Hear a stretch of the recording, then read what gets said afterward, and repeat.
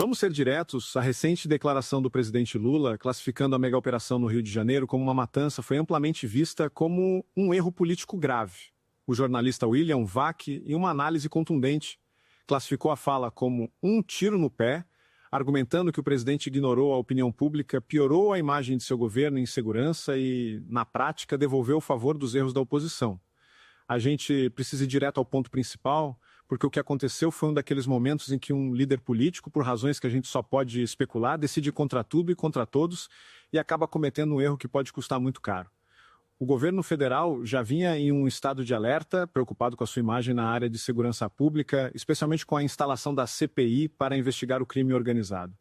Havia uma necessidade clara de mostrar força, de passar uma imagem de que eles estavam no controle. Mas aí o próprio presidente Lula foi a público e com uma única frase jogou toda essa preocupação pela janela.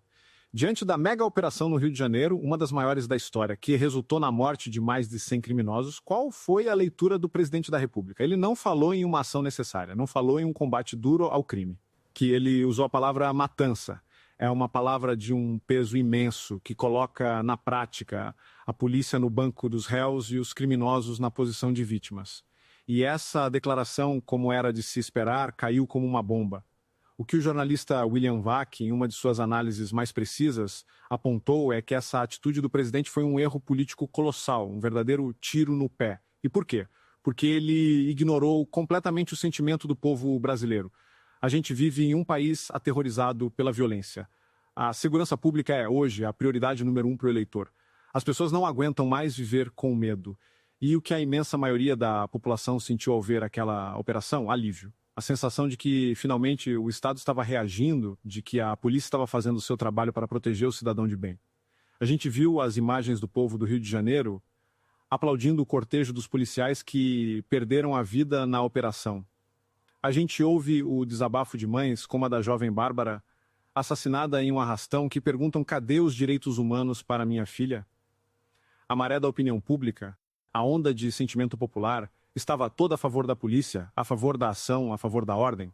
E o que o presidente Lula fez? Ele resolveu, como dizem os surfistas, tentar furar a onda de peito, em vez de passar por baixo dela. Ele resolveu desafiar essa convenção, ele resolveu ir contra o sentimento da nação.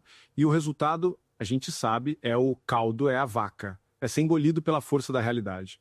Ao se posicionar contra a operação, ele não se posicionou apenas contra a polícia do Rio, ele se posicionou contra o desejo de segurança de milhões de brasileiros. E essa atitude é ainda mais inexplicável quando a gente olha para o cenário político.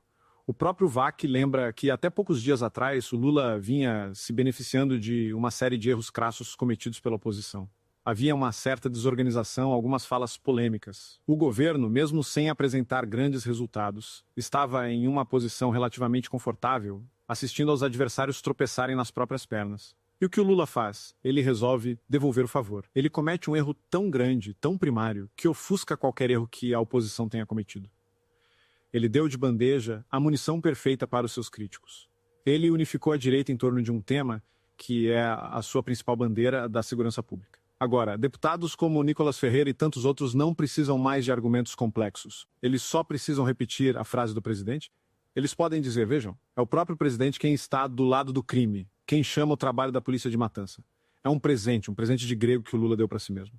Essa fala também destrói outra narrativa que o governo vinha tentando construir, a de que o Lula seria um grande defensor da soberania nacional contra as ameaças do Trump.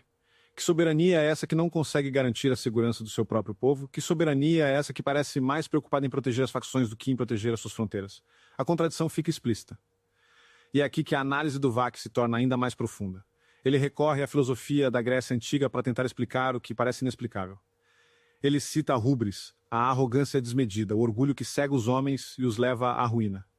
E ele lembra da famosa frase, os deuses primeiro enlouquecem quem eles querem destruir. Ao que tudo indica, a fala do Lula não foi apenas um erro de cálculo político. Foi um sintoma de arrogância.